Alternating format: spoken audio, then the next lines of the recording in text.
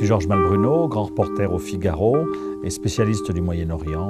Je suis Karim Pakzad, je suis chercheur à l'IRIS. Wassim Nasr, je suis journaliste à France 24 et je suis spécialisé sur les mouvements et mouvances djihadistes.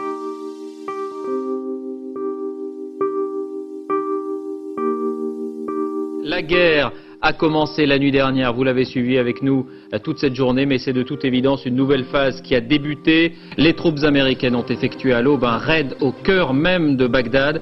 Elles contrôleraient ce soir 3 palais présidentiels. Les premières images montrent des bâtiments fastueux et totalement désertés. La garde républicaine irakienne reste invisible. Bagdad aux mains des Américains après 3 semaines de guerre, édition spéciale du journal, avec tout de suite ces quelques images qui résument l'essentiel. D'abord la chute de Saddam Hussein, le despote reste introuvable, mais sa statue a été déboulonnée il y a un peu plus de 3 heures sur la place centrale de Bagdad. L'intervention américaine donc, a duré 3 semaines, à partir du 20 mars, ou 21 mars jusqu'au 9 avril. Elle était donc voulue depuis un certain nombre de mois par George Bush qui, à défaut de vous pouvoir punir Oussama Ben Laden après les attentats du 11 septembre, eh bien, s'est mis en tête de renverser Saddam Hussein. Vous vous souvenez des accusations qu'il avait portées d'ailleurs de complicité, de collaboration de Saddam Hussein et Oussama Ben Laden, accusations qui étaient fausses, et surtout des accusations de dissimuler des armes de destruction massive. Donc il y avait eu toute une manipulation à laquelle avait pris part à la fois la CIA, les services britanniques, Tony Blair. Ce n'était pas vrai. Le régime de Saddam n'aidait pas Al-Qaïda. Par contre, le régime de Saddam, il avait une certaine bienveillance, si je puis dire, vis-à-vis d'un mouvement djihadiste kurde. Parce que, paradoxalement, le premier mouvement djihadiste en Irak, c'était un mouvement djihadiste kurde, donc Ansar al-Islam, au Kurdistan irakien. Fin année 2002, 2003, ils ont commencé à s'implanter et donc ça s'est amplifié avec l'intervention américaine, bien sûr. Et vu le conflit entre Bagdad et le Kurdistan irakien à l'époque, ils ont pu bénéficier, donc ces djihadistes kurdes, j'insiste là-dessus, d'une certaine, pas bienveillance, mais d'un laisser-faire de la part de Bagdad, qui d'ailleurs n'avait pas son mot à dire au Kurdistan irakien, mais qui n'a pas empêché, on va dire, cette organisation de se ressourcer dans les territoires qu'il contrôlait. Voilà. Mais ça n'est pas aller plus loin que ça. Et là, on ne parle pas d'Al-Qaïda, on parle d'une organisation djihadiste kurde, d'accord, proche d'Al-Qaïda, mais ce n'était pas Al-Qaïda. Avant l'invasion américaine, il n'existait pas Al-Qaïda en Irak. Il n'existait même pas des organisations ou des partis islamistes. Un tout petit parti existait dans l'est de l'Irak, dans la région kurde, un parti islamiste très très minoritaire, mais qui n'était pas un parti engagé dans la lutte armée. Donc il n'existait pas. Mais c'est après l'invasion américaine qu'Al-Qaïda a décidé d'envoyer al-Zarqawi pour organiser. Chaque invasion provoque la résistance. Et donc Al-Qaïda a profité pour ça. Il a envoyé un Jordanien qui s'appelait al-Zarqawi, qui était formé dans les maquis, dans les rangs d'Al-Qaïda en Afghanistan, pour organiser Al-Qaïda en Irak. C'est comme ça qu'Al-Qaïda est né en Irak. Mais encore, lorsqu'en 2004, Al-Qaïda a fondé la branche irakienne d'Al-Qaïda, la branche irakienne d'Al-Qaïda était une branche parmi d'autres groupes. Et finalement, constitution d'une coalition internationale dominée par les États-Unis, 140 000 hommes, plus une dizaine de milliers de Britanniques, quelques Italiens, etc., qui ont rapidement envahi et renversé le régime de Saddam Hussein, 3 semaines. Donc l'opération de renversement en elle-même a été plutôt bien menée. C'était une intervention militaire sans accord de l'ONU. Donc tout ce qui est au niveau de relations internationales, toute intervention qui n'a pas la caution du Conseil de sécurité est considérée comme une invasion, pas une intervention. Le problème, c'est que l'administration américaine n'avait pas préparé l'après, et donc ensuite, ça a été une accumulation d'erreurs successives, et la principale de ces erreurs ayant été le démembrement, la démobilisation de l'armée entière, hein, des services de renseignement, de l'appareil sécuritaire, qui tenait le régime. Il aurait fallu écrémer le régime, probablement couper une centaine de têtes, mais garder l'ossature du régime, l'armée, les services de renseignement, la police, etc. Les Irakiens, les ONG, les diplomates, etc. Et tout le monde a été unanime pour dire ils vont dans le mur parce que rien n'était préparé. Il y a eu plusieurs mouvances, que ce soit djihadistes ou rebelles ou claniques, qui ont combattu les Américains, du côté chiite comme du côté sunnite. L'Irak est le pays frontière du monde sunnite et chiite. De l'autre côté du châtel arabe, c'est l'Iran. L'Irak, ça a été aussi historiquement un pays de marche. C'est un pays qui a été convoité, qui a été envahi à 17 reprises. Mais justement, les envahisseurs n'ont jamais réussi à maîtriser ce pays où il y a un sens de la rébellion très fort. Hein. Les Irakiens sont des guerriers. C'est un pays de tribus, et dans les tribus, à 11 ans, un gosse irakien, il sait manier une Kalachnikov. Donc voilà, c'est un pays dont l'histoire est très importante pour expliquer ce qui se passe aujourd'hui. Et puis c'est surtout une mosaïque confessionnelle, donc ça veut dire un équilibre politique très très fragile. Effectivement, il aurait fallu, les Américains ont cherché un soft Saddam, mais ils ne l'ont pas trouvé après. Parce que le propre des dictatures, c'est justement d'éliminer tout compétiteur, tout rival. Donc c'est un pays extrêmement difficile à gérer, à gouverner. Et s'attaquer à l'Irak, comme les Américains l'ont fait en 2003, c'était vraiment la dernière des choses à faire, en tout cas de la manière dont ils sont pris. Puis l'Irak, donc voisin de l'Iran, donc ça veut dire l'Iran a pris sa revanche sur l'histoire. L'Iran a placé les chiites en position de force et a fait en sorte que l'État irakien soit faible pour que cet État irakien ne le menace plus comme il l'avait fait en 1980 lorsque Saddam Hussein avait déclaré la guerre. Vous avez la Syrie au-dessus qui en 2003 était aussi dans le collimateur des Américains. La Syrie qui était le frère ennemi pourtant de l'Irak, mais ils se sont entendus contre les Américains. Donc le régime de Bachar al-Assad a laissé passer, a fermé les yeux sur le passage de combattants étrangers, de djihadistes qui sont allés combattre les Américains. Et puis vous aviez de l'autre côté l'Arabie Saoudite, qui aussi est un pays important. Donc l'Irak, ça n'est pas la Libye. On parle beaucoup du problème libyen, mais la Libye n'a pas les mêmes voisins que l'Irak. L'Irak, c'est vraiment, on est en plus au cœur de l'arabité. Bagdad, l'histoire de Bagdad, le califat abbasside, Damas, Bagdad, voilà. Là, on est en plein cœur du monde arabe, un pays phare, un pays avec une histoire violente et qu'il est très difficile de maîtriser. Les Américains, ils sont allés non seulement sur le plan militaire, mais une fois arrivés à Bagdad, ils se sont comportés comme des conquérants à l'ancienne. C'est-à-dire qu'ils ont tout de suite mis fin à toutes les associations irakiennes, et notamment l'armée irakienne. Ils ont dû sceller l'État, ces associations, notamment l'armée. Du jour au lendemain, l'Irak n'avait plus d'armée. Les Américains, ils pensaient que l'euphorie des premiers jours où la chute de Saddam Hussein a quand même enthousiasmé une partie de la population, les Américains pensaient que tout est fini.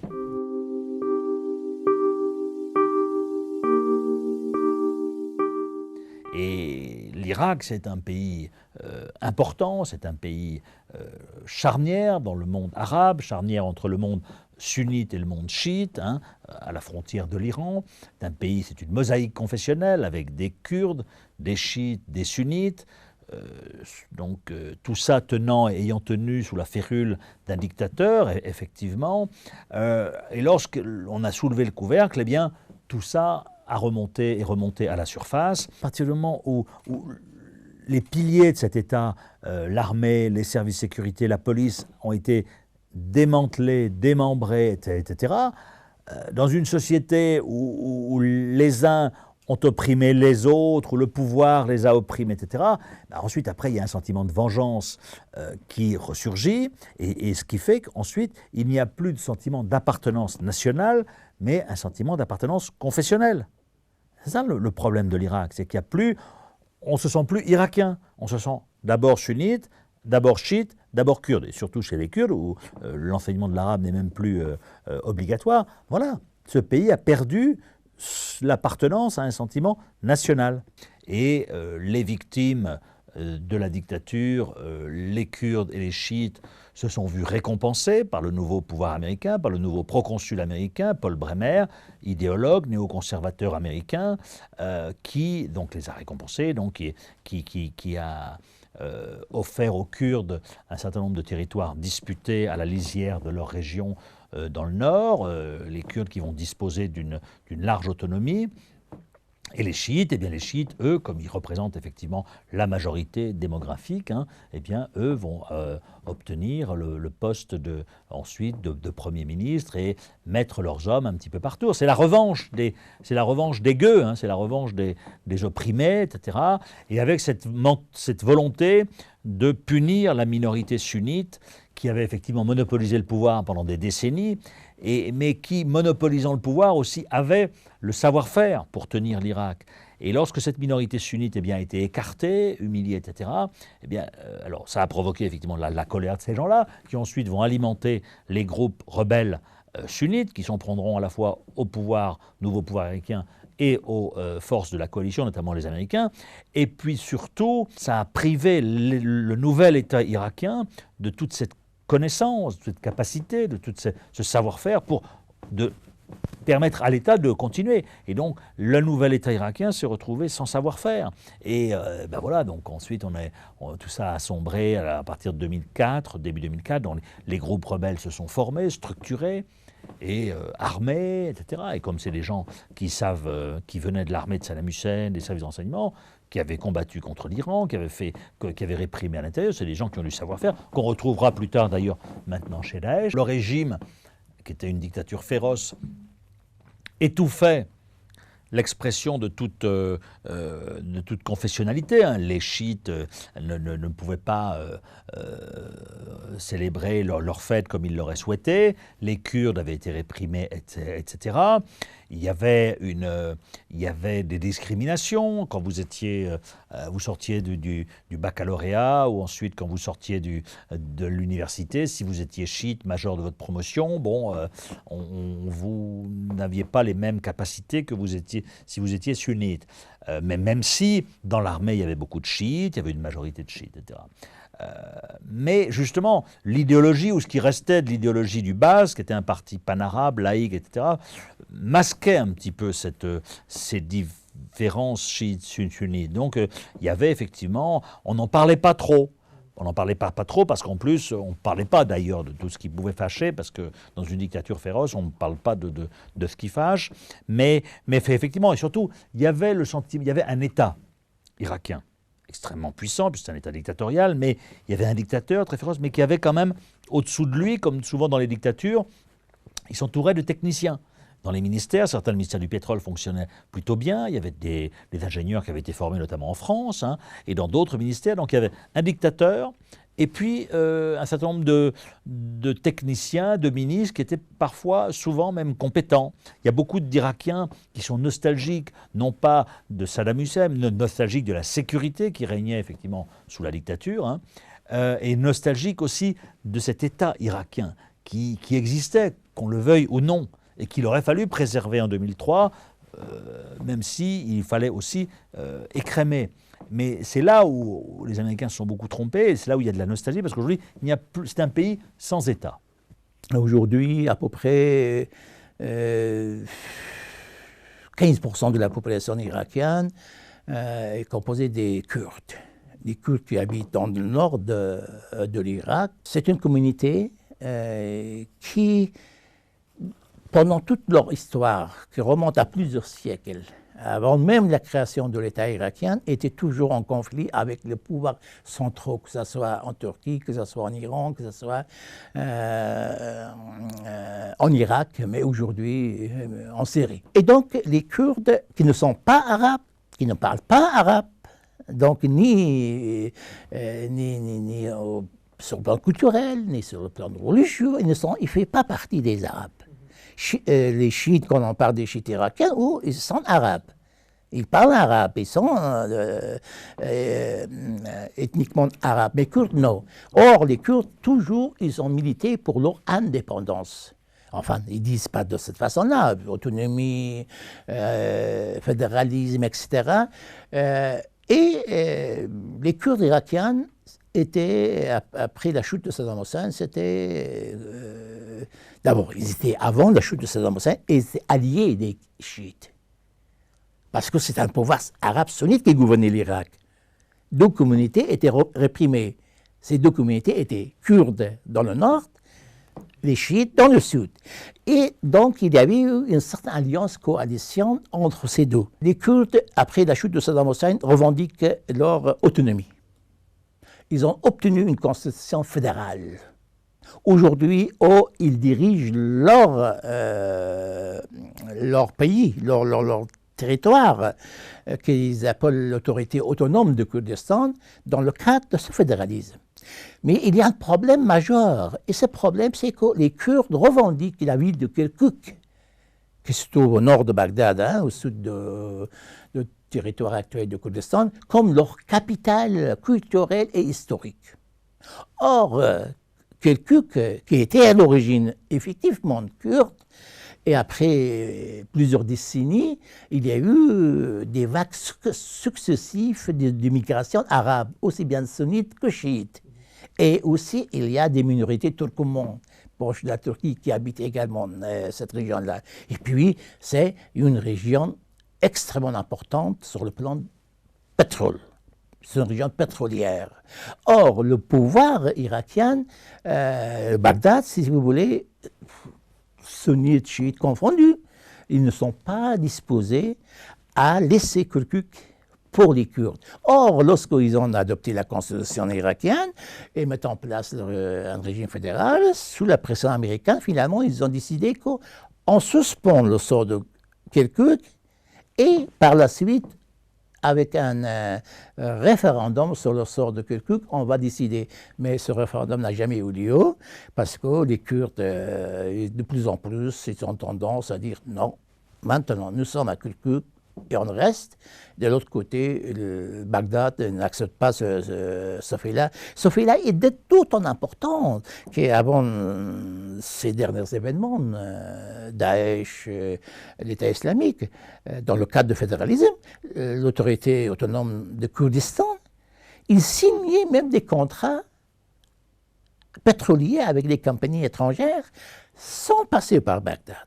Ce qui provoquait vraiment de la colère de Bagdad. Par exemple, il existe aujourd'hui, dans la ville de Sulaimania et Erbil, dans chaque capitale, il y a un aéroport international. C'est-à-dire qu'aujourd'hui, on peut aller dans le Kurdistan, passant par des villes européennes, sans demander le visa irakien. Il faut un visa de Kurdistan irakien. La question kurde, elle est à la fois centrale et périphérique. Les Kurdes, en 2003, ont été les grands vainqueurs, finalement, de l'intervention américaine parce qu'ils ont bénéficié de ressources financières supérieures à leur poids démographique. Ils ont bien géré leurs régions qui sont devenues des régions autonomes, régions dans lesquelles il y avait une sécurité, il n'y avait pas d'attaque. Et donc, le Kurdistan, comme on l'appelle, ces provinces autonomes d'Erbil et de Souleymanie et de Dohuk, sont devenues des provinces relativement prospères, il y avait un développement.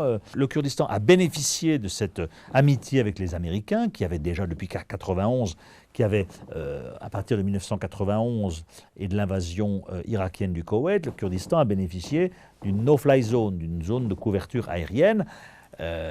Donc l'armée de Saddam Hussein ne pouvait plus intervenir là-bas, en tout cas par les airs. Donc il y avait déjà eu les germes un petit peu de ce développement. Et en 2003, notamment, les Kurdes ont eu le droit d'avancer leur position dans ce qu'on appelle les territoires disputés, c'est-à-dire des dizaines de milliers de kilomètres carrés, au-delà, à la frontière, à la périphérie de leur zone autonome. Et ces zones disputées qui sont restées toujours justement un motif, une pomme de discorde avec Bagdad jusqu'à aujourd'hui encore. Et en 2014, lorsque Daesh a conquis Mossoul, immédiatement, et que d'ailleurs ensuite a voulu s'approcher d'Erbil, ce qui a suscité justement l'intervention américaine rapide pour éviter qu'Erbil tombe, eh bien, en parallèle, les Kurdes sont emparés de Kirkuk, qui est une ville qui était arabe, que les Kurdes revendiquent depuis avant Saddam Hussein, disant qu'elle était majoritairement peuplée de Kurdes, et surtout Kirkouk, c'est la ville pétrolière. Donc Daesh a été aussi pour les Kurdes d'une certaine façon une aubaine qui leur a permis de saisir Kirkouk. Donc voilà, donc on est dans ce schéma-là, et les Kurdes se sont affrontés aussi sur le pétrole avec Bagdad, parce qu'on a découvert du pétrole chez les Kurdes, qu'ils ont voulu exploiter sans passer par Bagdad, alors qu'on reste quand même dans un État central, où normalement l'exploitation du pétrole, la vente du pétrole est le fait de la capitale de Bagdad. Les Kurdes ont voulu exporter du pétrole directement, donc ça a été un autre motif de conflit. Lorsque Daesh aura été éradiqué, en tout cas territorialement, en Irak, la prochaine guerre, en tout cas le prochain conflit, sera entre les Kurdes, justement, et Bagdad, parce que rien n'est réglé entre eux, les zones disputées, la question pétrolière, Kirkouk, etc. Donc, voilà. Encore une fois, on est dans cet État irakien post-2003 où rien n'a été réglé et tout est source de conflit. Il y a aussi le volet, c'était la responsabilité politique des Américains, qui ont, par ignorance peut-être, sous-estimé la puissance iranienne en Irak.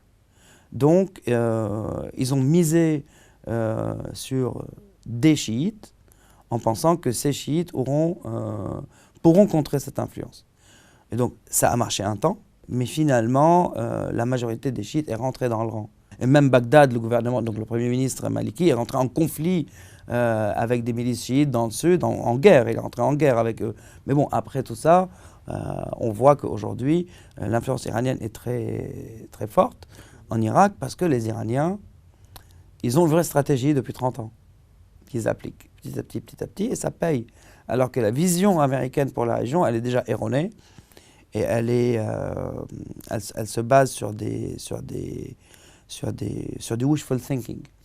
Et on voit bien que ça ne marche pas. Donc il y a une responsabilité dans les faits avec la destruction de l'armée irakienne, la destruction de l'administration américaine, la dissolution du parti Baas, alors qu'on sait que tout le monde était dans le parti Baas. Et tout le monde était encarté au Baas. Pour être officier, pour être soldat, il fallait avoir sa carte du Baas. Et donc ça a eu son poids avec l'administration américaine militaire qui a été imposée, et aussi les choix politiques. On a parfois la mémoire courte. Il faut se rappeler que création de l'État islamique en Irak 2006, entre 2006 et 2009, une guerre sanglante à tous les niveaux, mais qu'à la fin des années 2000, ceux qui ont viré Al-Qaïda des villes d'Anbar, c'était les clans sunnites. Pourquoi ? Parce que les clans sunnites, le gouvernement Maliki, avec le gage moral américain, leur a promis, à coup de billets verts et de privilèges, leur a promis qu'il y aura une meilleure situation économique, un meilleur partage du pouvoir, une meilleure participation au pouvoir. On était à la fin des années 2000. Donc c'est eux qui ont viré les djihadistes, donc des clans sunnites. On arrive en 2011, 2012, 2013, 2014, ces promesses n'ont pas été tenues. Et entre-temps, il y a eu la guerre en Syrie. Et donc, entre-temps, dès le début de 2012, Maliki a permis l'envoi de milices chiites irakiennes se battre du côté de Damas, ce qui est de bonne guerre. Alors que Maliki lui-même critiquait Assad quelques années avant en lui disant que c'est lui qui laissait passer les djihadistes chez lui en Irak. Donc cette guerre en Syrie, ces promesses non tenues, cette nouvelle génération qui a vu que les premiers chefs des clans étaient pour la plupart corrompus, n'ont pas pu obliger Bagdad à tenir ses promesses, ou n'ont pas voulu eux-mêmes que ces promesses soient tenues, parce que la corruption est un vrai problème en Irak, que leurs représentants, par exemple, comme le vice-président Hashimi, était accusé de terrorisme, il a fui au Kurdistan, que avec ce vent de révolte arabe, ils ont commencé à faire des sit-ins à Ramadi pacifiques pour demander que ces promesses soient tenues. Et il y avait des représentants, des parlementaires qui venaient sunnites. Et qu'un de ces parlementaires, il y a eu une descente chez lui, son frère a été tué. Pareil, il a été accusé de terrorisme, mis en prison, il est toujours en prison. Et donc quand ils ont vu ça, ils ont dit, bon, À quoi bon? Donc à quoi bon? Donc il faut prendre les armes pour se défendre. Et à ce moment-là, l'État islamique qui était rudimentaire dans le désert, rudimentaire, on parle de quelques centaines de personnes, ils sont revenus sur les sit-ins de Ramadi, dire aux gens, c'est nous qui allons vous protéger. Ils sont revenus à Fallujah, janvier 2014. Ils ont pris la ville sans qu'une balle soit tirée. Et après, vous connaissez l'histoire, avec la prise de Mossoul, tout ce qui s'est passé, l'expansion dans tout le pays. Et pour l'anecdote concernant ce Alwani, donc ce député irakien, été 2015, et là ça vous explique aussi la résistance des clans sunnites, été 2015, la moitié de la ville de Ramadi était entre les mains des djihadistes. Que la moitié. Et la première moitié a été prise en 2014. Donc les clans sunnites de Ramadi, qui est une ville sunnite, ils ont résisté 1 an, à peu près, aux djihadistes. Mai 2015, on a la condamnation à mort d'Alwani, donc qui est originaire de Ramadi, confirmée par Bagdad, alors que son clan se bat contre les djihadistes. Donc condamnation à mort pour terrorisme. Et donc, 2 jours après, quelques jours après, Bagdadi, il fait un discours, donc le chef de l'État islamique, il dit « Nous, on considère que les familles de ceux qui se battent contre nous ne sont pas concernées. Donc on leur demande de rester à Ramadi ou de revenir, alors que beaucoup avaient fait l'exode jusqu'à Bagdad, et à l'époque, Bagdad ne les a pas laissés rentrer, donc les familles sunnites de Ramadi, ils ont parqué dans le désert, il y a eu beaucoup d'exactions. Donc Bagdadi, il dit, donc à l'aune de la confirmation à mort du député, qui appartient à un clan très grand et anti-djihadiste historiquement, et l'exode des populations qui n'ont pas été acceptées par Bagdad, Bagdadi, il dit, revenez.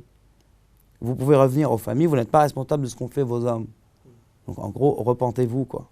Pour les hommes aussi. 2 jours après, toute Ramadi a été prise par l'État islamique. Donc depuis, elle a été reprise par le gouvernement, mais à quel prix? Destruction totale de la ville, exode de la population, ville fantôme. Ramadi, Baiji, Tikrit, Fallujah. Je donne un exemple. On connaît tous l'exemple des camps palestiniens. D'accord? 50 ans. 50 ans, ce que s'appelle le Shatat. C'est-à-dire, c'est les Palestiniens éparpillés dans les pays arabes autour de Palestine, Israël. 50 ans de problèmes. Donc de problèmes humanitaires, de problèmes sociétaux, de problèmes d'injustice, mais aussi de problèmes de sécurité. D'accord? Bon. Ce qui se passe en Syrie et en Irak aujourd'hui, avec la destruction totale des villes, et l'exode de millions de personnes, de villes historiques en plus, de villes historiques des millénaires, c'est le problème des camps palestiniens fois 1000 qui va se poser sur au moins 50 ans. C'est de ça que les gens ne se rendent pas compte. Il n'y a pas de villes libérées. Il y a des villes détruites, des populations en exode. Okay? Donc, et là, on parle de grandes villes. Donc, le ressenti, il existe. Et c'est pour ça qu'aujourd'hui, c'est pour ça qu'à Fallujah, malgré 2 ans de siège, la ville ne s'est pas révoltée contre les djihadistes. Parce que bien sûr, il y a des gens qui sont contre eux dedans, bien sûr, il y a des gens qui n'acceptent pas. Mais ils se disent, bon, qu'est-ce qu'on fait? On laisse les milices rentrer? C'est quoi l'alternative? Pourquoi Mossoul? Tout le monde a vendu Mossoul en disant, voilà, quelques semaines, ça va être fini. Ça fait combien de temps? Sirte, en Libye. On ne parle pas assez de la Libye. Ça fait 8 mois que les batailles sont en cours entre les djihadistes et moult forces libyennes face à eux, et frappes américaines, et frappes de drones, et frappes des Émirats unis. Pourquoi? Parce que ce n'est pas des martiens. Donc c'est des gens qui sont de ces zones. Et donc il y a un ressenti contre les autres pour multiples raisons. Il n'y a aucun groupe révolutionnaire, djihadiste, qui peut s'implanter sur une zone s'il n'a pas un minimum, mais vraiment un minimum de soutien populaire. Mao a dit, en son temps, un mouvement révolutionnaire, il faut que ce soit comme un poisson dans l'eau. Sinon, ce n'est pas possible. Et sinon, ça aurait été beaucoup plus facile d'évacuer l'État islamique de ces zones, qu'il a pris en quelques mois. Alors là, on voit que chaque ville, c'est une bataille de plusieurs mois, destruction totale, exode de la population, avec tous les problèmes que ça implique. Donc, vous me demandez s'il y a un ressenti. Bien sûr qu'il y a un ressenti, pour toutes les raisons qu'on a exposées. Pour le démantèlement de l'armée, pour les sunnites qui passent en citoyens de seconde zone, pour la corruption. Voilà, et on rajoute encore à tout ça, aujourd'hui, l'époque qu'on vit, qui est propice à l'idéologie djihadiste. C'est l'affaire du siècle. Parce que des générations d'Arabes, on va dire, ou des pays arabo-musulmans, ils ont tout essayé. Le panarabisme, le panafricanisme, il y avait les luttes coloniales au siècle dernier, il y avait le communisme, il y avait des luttes. Aujourd'hui, bon, c'est quoi leur lutte? C'est-à-dire, leur choix, il est entre la botte des régimes militaires ou les régimes corrompus. Ils ont essayé les révolutions arabes, faire des élections en Égypte, ils ont ramené un frère musulman, le monde n'en a pas voulu, il y a eu un coup d'État, tout le monde a applaudi. Donc elle est où la démocratie? Donc ce déni de démocratie, et aussi ce besoin, ça va ensemble, aussi ce besoin de révolte aujourd'hui qui s'inscrit dans cette mouvance djihadiste qui prépare le terrain depuis plus de 40 ans, fait qu'on a cette situation-là aujourd'hui. Et ça s'applique aussi aux jeunes qui partent d'ici aussi pour rejoindre les mouvements djihadistes. Il y a des raisons derrière, il y a des convictions, il y a une idéologie. C'est pas tous des paumés et des fous et des paumés et des fous, ils ne peuvent pas construire un proto-État comme l'État islamique et tenir tête depuis au moins 2 ans à une coalition de plus de 60 pays, plus la Russie, plus l'Iran, plus. 2004, 2006, donc la rébellion qui s'est mise en place. 2006, 2009, une guerre civile quand même féroce. À partir de 2006, justement, Al-Qaïda a provoqué cette guerre civile en détruisant notamment le mausolée chiite de Samarra, et donc a provoqué la réaction des chiites, l'implication de l'Iran aussi discrète mais efficace auprès des milices chiites, et donc la guerre civile. Mais ce qui était intéressant de souligner dans ces années-là, aussi dans les années de violence, où la police était infiltrée par les chiites, où les rebelles sunnites mettaient des bombes, tuaient, etc., c'est qu'il y a eu en 2003 un partage du pouvoir quand même. On a donné le poste, on a calqué le modèle libanais, le partage confessionnel du pouvoir en Irak. Or, c'est un modèle qui ne fonctionne pas. Vous avez vu, au Liban, il a fallu 2 ans pour élire à nouveau, désigner un président de la République. Donc, le système confessionnel qui a été retenu, c'était un président de la République qui est une sorte de reine d'Angleterre qui sera kurde, un Premier ministre qui a le vrai pouvoir qui sera chiite parce que les chiites sont la majorité démographique, et un président du Parlement qui a peu de pouvoir, qui sera sunnite. Voilà. Mais ce qui s'est passé, c'est qu'il y a eu entre, si vous voulez, les élites de ces partis se sont un petit peu partagé le pouvoir, mais surtout, ils se sont partagés la manne pétrolière, parce que l'Irak est un pays immensément riche, avec des réserves pétrolières extrêmement importantes, et donc, dans les années 2008, 2009, 2010, où l'Irak était encore secoué par une violence très importante, l'Irak exportait encore, je crois, ils étaient à 2 millions de barils le jour. Donc l'Irak avait un excédent des recettes pétrolières de plus de 100 milliards de dollars par an. Et donc, les différentes confessions et les différents leaders de chacune de ces confessions s'accordaient entre eux pour se partager la rente. Ce qui fait qu'il n'y avait pas d'État, mais il y avait un partage de cette rente pétrolière, de l'argent, et ce qui fait que finalement, tout le monde avait intérêt à ce que ce système extrêmement généreux perdure. Et on l'a bien vu qu'il y avait quand même, je crois, jusqu'à récemment en Irak, 400 vice-ministres. Un député avait 13 gardes du corps. Le salaire d'un député, c'est au moins 20 000 € par mois. Donc on se partageait le gâteau entre nous. Parce que le gâteau, il était abondant, il était extrêmement généreux. Et c'est ça aussi qui a détaché, qui fait que tout ce personnel politique corrompu, inefficace, incompétent, le personnel politique irakien est discrédité aux yeux de la population irakienne. Donc voilà, c'est aussi ça, un des éléments de la crise, et c'est un des éléments qui explique que ce pays s'enfonce petit à petit, alors que c'est un pays qui est riche en pétrole, qui est riche en eau. Il y a 2 grands fleuves qui traversent l'Irak, l'Euphrate et le Tigre, riche en hommes. Il y avait quand même des gens qui avaient été bien formés, etc. Or, ce pays est devenu un pays qui est à la fois un des plus corrompus au monde et un pays où rien ne fonctionne. À Bagdad, il y a encore l'électricité ne fonctionne pas. Donc voilà, on assiste depuis 13 ans à une lente et constante descente aux enfers. C'est ce qui est le plus navrant quand on connaît ce pays. Quand les Américains ont quitté l'Irak, les Irakiens ont reconstruit quand même. Aujourd'hui, il y a des élections avec de grands succès. Il existe en Irak des partis politiques qui participent aux élections. Il existe une société civile extrêmement importante et active. Au point où aujourd'hui le Premier ministre irakien s'appuie sur la société civile pour contrecarrer l'influence des partis politiques. Non, l'État irakien existe, il fonctionne bien aujourd'hui, mais il a ses problèmes, ses difficultés, comme tous les pays qui sortent d'une guerre. Surtout qui sortent d'une guerre et d'une intervention ou même d'une occupation étrangère. Vous voyez, l'Afghanistan, par exemple, il y a 30 ans que ça dure. Pendant 14 années, l'OTAN était présente, mais n'ont pas réussi à résoudre, parce qu'une fois qu'un pays entre dans une crise de ce genre, c'est difficile d'en sortir. Mais moi, je pense au contraire. Les Irakiens ont le mérite d'aujourd'hui. Voilà, aujourd'hui, ce ne sont pas les Américains, les Français qui mènent cette guerre contre Daesh. Ce sont des Irakiens. Ce sont des Irakiens de l'armée irakienne, les forces spéciales irakiennes, la mobilisation. Les Irakiens s'appellent la mobilisation populaire. Ils ne s'appellent pas des milices. Mais nous, ici en Occident, on les appelle des milices chiites, sunnites, kurdes. Également, on les appelle Peshmerga là-bas. Voilà.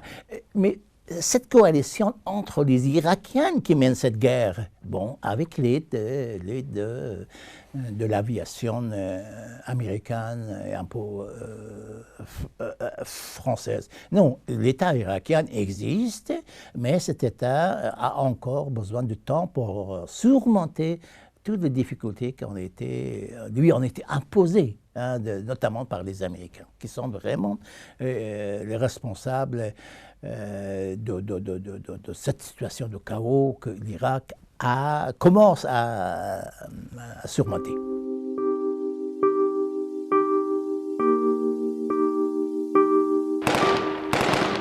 L'opération de reconquête de Mossoul est plus compliquée qu'escomptée pour l'armée irakienne. Elle doit faire face, de son propre aveu, à la résistance féroce des combattants du groupe État islamique.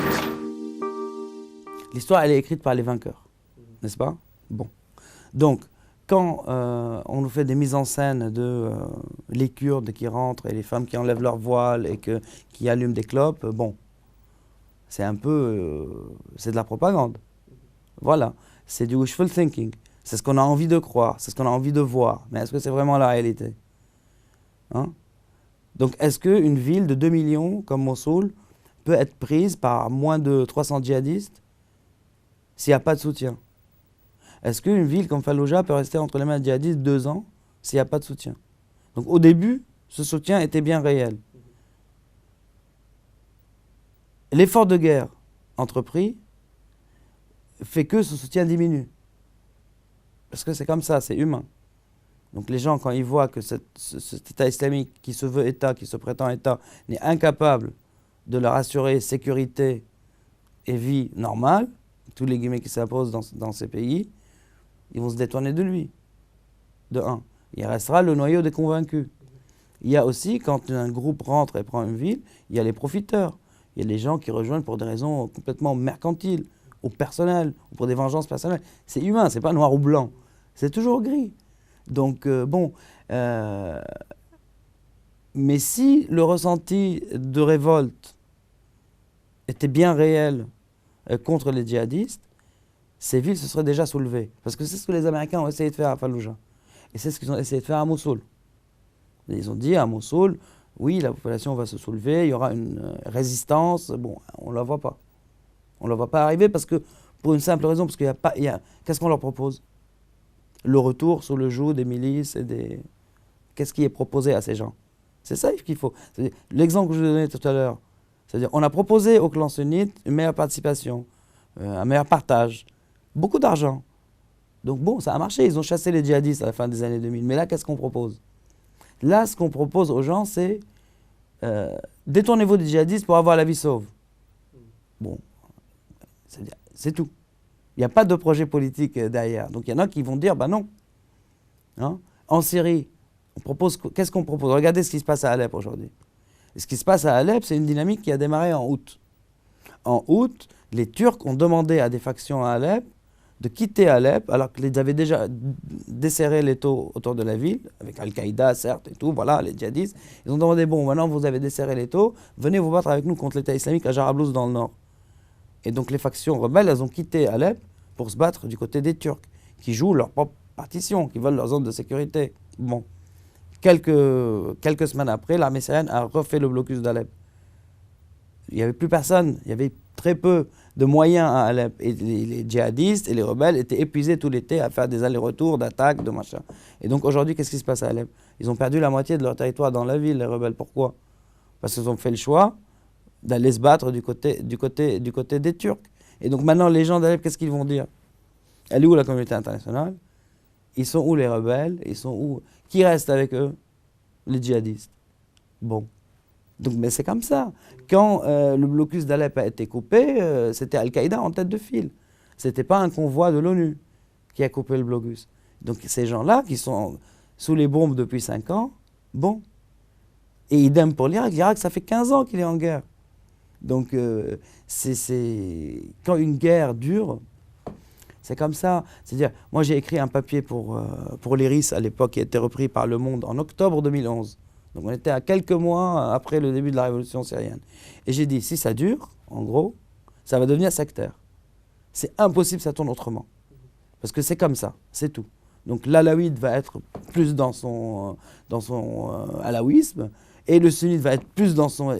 parce que c'est comme ça. Ça revient à la tribu, au clan, parce que c'est existentiel. On ne peut pas leur demander d'être Charlie, et d'être, alors qu'ils se font la guerre. Et c'est une guerre à la vie, à la mort. C'est pas une guerre voilà, ça veut dire qu'il n'y a pas de place pour le perdant. Et c'est exactement ce qui se passe en Irak.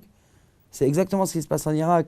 Je l'ai dit dans mon livre. J'ai fait un long chapitre sur les clans sunnites. Est-ce que les clans sunnites sont pour ou contre l'État islamique? On ne peut pas dire qu'ils sont pour ou contre. Il y en a pour, il y en a contre. Voilà, pour les raisons que je vous ai expliquées. Il y a des chefs qui sont contre et leur clan, la moitié de leur clan est avec.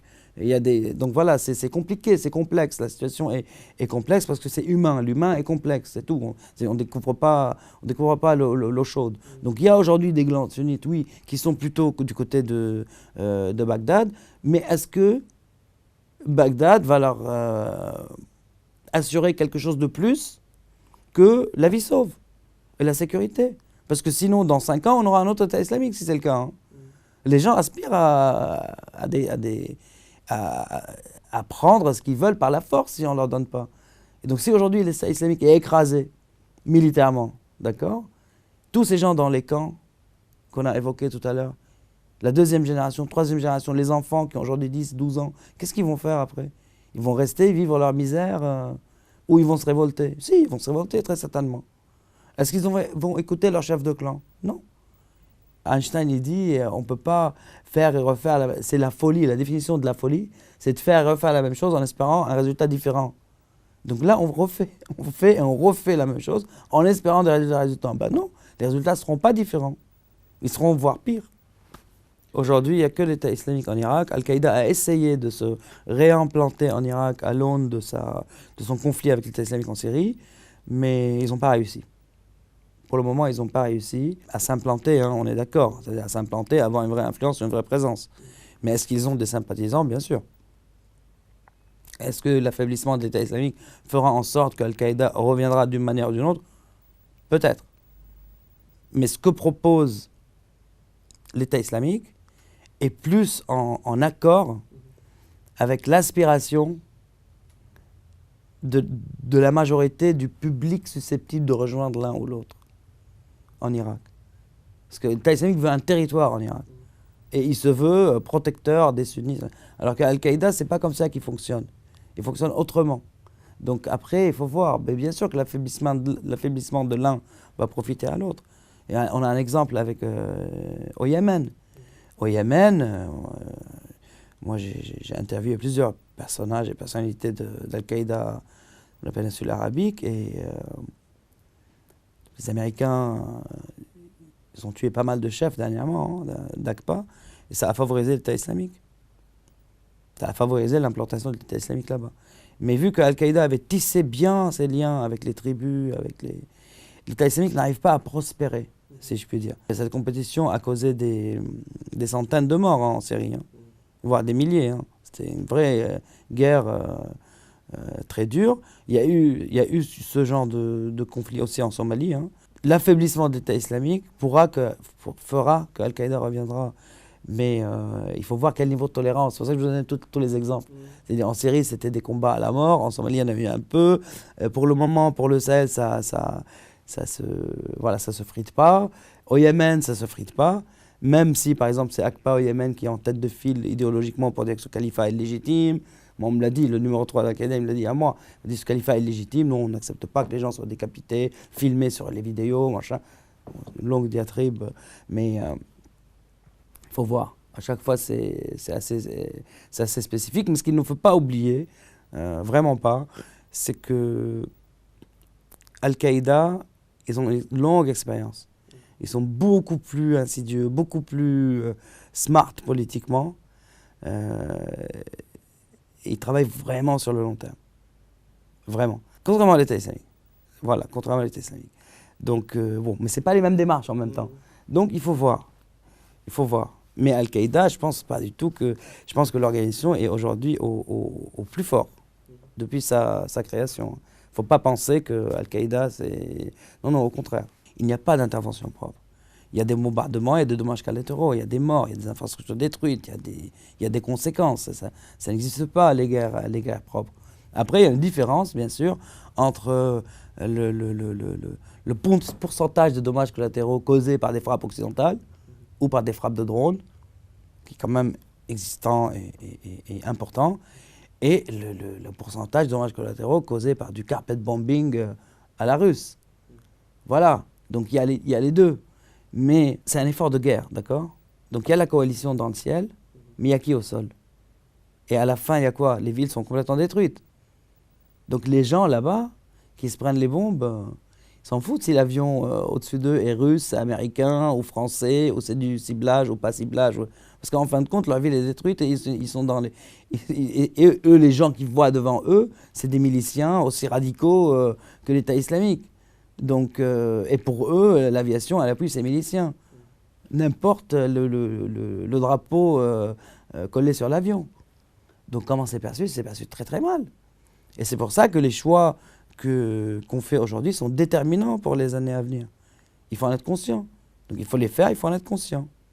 De la perception de cet engagement occidental par les populations locales. Tous bords confondus. Tous bords confondus, chiites, sunnites. Voilà, il faut en être conscient. C'est pas rien. C'est pas rien. Donc toutes les décisions qui sont prises doivent être prises en connaissance de cause. En connaissance de cause. C'est les Occidentaux libérateurs. Je pense que ni les chiites ni les sunnites voient les choses de cette façon-là. Donc chacun joue sa partition aujourd'hui là-bas. Les Iraniens jouent leur partition, les Turcs jouent leur partition. Les Saoudiens, ils ont essayé, bon là, je pense ils n'ont pas réussi. Et donc chacun joue sa partition. Je vous ai dit au début, les Iraniens, ils ont une stratégie sur 30 ans, qui a commencé il y a au moins 30 ans, et qui porte ses fruits aujourd'hui. Donc c'est pas de l'instantané. Alors que, bon, il n'y a pas de stratégie occidentale. Il n'y en a pas. Ni américaine, ni française, ni... Les Russes sont droits dans leurs bottes depuis le début, ils appuient Assad, voilà, tous ceux qui portent les armes sont des terroristes, et on va les inhaler. Et c'est ce qu'ils font. Donc voilà, les Occidentaux sont toujours dans du wishful thinking, c'est-à-dire moi, il y a des faits, quoi. Moi, je ne suis pas là pour dire ça c'est bien, ça c'est pas bien, il y a des faits. Il y a d'un côté une stratégie, certes, sanguinaire, mais qui n'a pas changé. Et d'un autre côté, des yo-yo, quoi. Et donc, voilà. Et donc, comment expliquer à un rebelle syrien, lambda, qu'il faut arrêter de se battre contre Assad, auquel il se bat depuis 5 ans, tourner son fusil vers les djihadistes, qui étaient sans dire ses amis, mais ses compagnons de guerre il y a quelques mois, et de délaisser une ville comme Alep. Bah pourquoi? C'est-à-dire, comment le convaincre? Avec de l'argent? Peut-être. Mais l'argent, ce n'est pas une vraie conviction. C'est celui qui est convaincu par l'argent changera d'avis du moment où il y aura quelqu'un d'autre qui le paiera mieux. Bon. Donc ça aussi, c'est à prendre en considération. Il y a eu des armes qui ont été envoyées, il y a eu vers des factions rebelles qualifiées de modérées, et donc ces factions n'ont pas tardé à vendre les armes ou à se faire piquer les armes par les djihadistes. Il faut une conviction. Il faut une conviction pour combattre. Et c'est pour ça aussi, d'un autre côté, ce sont les milices chiites, qui sont aussi radicales que l'État islamique, qui ont des résultats sur le terrain. Ou des milices, par exemple, communistes comme le PKK kurde. Parce qu'eux aussi, ils ne se battent pas pour Charlie, ni pour sauver le monde. Ils se battent pour avoir leur lopin de terre. Et donc, ils ont la motivation. C'est ça aussi le nerf de la guerre, c'est la motivation, la conviction. Qu'est-ce qui fait que les djihadistes tiennent face à des armées parce qu'ils sont persuadés qu'ils sont sur le chemin du paradis, qu'ils sont en mission divine pour sauver le califat. Et qu'est-ce qui fait qu'un djihadiste du Hezbollah se battrait jusqu'au bout? Parce que lui aussi, il fait son djihad. Donc qu'est-ce qui fait qu'un Afghan, réfugié afghan chiite en Iran, porte les armes en Syrie? Parce qu'il y a ça aussi. Aujourd'hui, ce qui fait que Alep, les rebelles ne tiennent plus à Alep, parce qu'ils sont épuisés tout l'été, hein, en munitions, en ressources humaines, machin. Et d'un autre côté, le Damas, elle a son armée, elle a l'appui aérien russe, et elle a des vagues de miliciens chiites, d'Afghanistan, d'Irak. Bon, le Hezbollah, je ne le compte pas dans les vagues, parce que c'est une force d'élite, mais elle a des vagues. Donc là, les Iraniens, ils sont en train de... Il y a une loi qui a passé une première étape en Iran pour que les réfugiés chiites afghans qui meurent en Syrie, leurs familles ont le droit d'avoir la nationalité iranienne. Donc il y a une stratégie. En face, qu'est-ce qu'il y a? Il n'y a pas. Il n'y a pas de stratégie. Et ce manque de stratégie fait que les Occidentaux, aujourd'hui, en tout cas à mon sens, ils n'ont pas vraiment leur mot à dire par rapport à ce qui se passe. Et que la stratégie, en Syrie en tout cas, et que la stratégie en Irak, elle est vraiment court-termiste. Elle est vraiment court-termiste. Bon, après, c'est des choix, mais il faut en être conscient. Une fois que Mossoul soit libéré, il sera libéré. Hein. Ensuite, il y a le problème de la suite. Daesh ou l'État islamique ne disparaîtra pas, ni d'Irak, ni de la Syrie, et surtout ni des autres parties du monde, de la région où maintenant ils sont présents. Daesh sera vaincu militairement, évidemment. Ça sera un point important, parce que lorsque cette organisation est affaiblie sur le plan militaire, évidemment qu'il perdra une certaine influence et aura qu'il y a eu après la conquête de Mossoul. Mais en même temps, aujourd'hui, Daesh n'est plus cantonné en Irak, à Mossoul ou à Raqqa. Aujourd'hui, la plupart des organisations djihadistes de type Al-Qaïda, que ce soit au Maghreb, que ce soit en Libye, que ce soit au Mali, que ce soit au Yémen, que ce soit même en Afghanistan, au Pakistan, même dans certaines parties de l'Asie centrale, ils se sont déclarés, enfin, ils ont annoncé leur obéissance à l'État islamique. Donc, l'État islamique, c'est la raison pour laquelle, aujourd'hui, par exemple, la France considère l'État islamique comme une menace globale. Une menace globale, c'est que moi, je pense que la défaite militaire de Daesh, c'est important, mais ce n'est pas la fin de Daesh. Hein? Ce n'est pas la fin de Daesh, parce que Daesh, d'abord, aujourd'hui, a une obédience incroyable dans certaines parties du monde, jusqu'au Bangladesh, jusqu'aux Philippines, jusqu'à l'Indonésie. Vous voyez? Sans parler de certains milieux en France. Hein? C'est la raison pour laquelle, oui, il faudrait continuer ensuite la lutte contre Daesh sur d'autres plans. Sur le plan politique, d'abord, il faudrait convaincre les pays qui ont soutenu Daesh ou l'État islamique, qui sont en même temps membres de la coalition internationale. C'est ça aussi la faiblesse de la coalition internationale. Il y a une coalition internationale contre l'État islamique, en même temps il y a des pays dans cette coalition qui dans le passé a soutenu l'État islamique. Donc vous voyez, c'est vraiment compliqué, aussi bien la situation en Irak, en Syrie, dans la coalition et dans la coalition contre l'État islamique. les Irakiens qui sont membres de l'État islamique ne vont pas tous être tués, donc ils vont retourner dans la clandestinité, ils vont aller dans le désert, ils vont se cacher auprès de tribus qui leur sont favorables, et ils continueront d'attaquer les forces de sécurité irakiennes, les rares étrangers qui sont là-bas. Donc on retombera dans un mode d'attaque asymétrique qu'on a connu dans les années 2006-2008, c'est-à-dire la clandestinité, et puis des attentats massifs, parce qu'ils savent faire. Il y a la victoire militaire contre l'État islamique qui est importante. S'il n'y a pas un partage du pouvoir, une répartition du gâteau, la reconstruction d'une véritable armée, ça a commencé un petit peu là avec les unités antiterroristes, et puis voilà, eh bien, il n'y aura pas d'amélioration, parce qu'après Mossoul, il y aura autre chose. Daesh ne s'appellera pas Daesh, mais il y aura dans 3-4 ans, si la minorité sunnite se sent toujours opprimée, délaissée, etc., ils recréeront un Daesh bis ou un Daesh qui s'appellera autrement. Et on retombera dans les mêmes travers, etc., et la même violence. Haïdar al-Abadi, le Premier ministre, est beaucoup mieux que son prédécesseur Nouri al-Maliki, mais il est surveillé par d'autres leaders chiites. Il a l'Iran derrière qui le surveille aussi.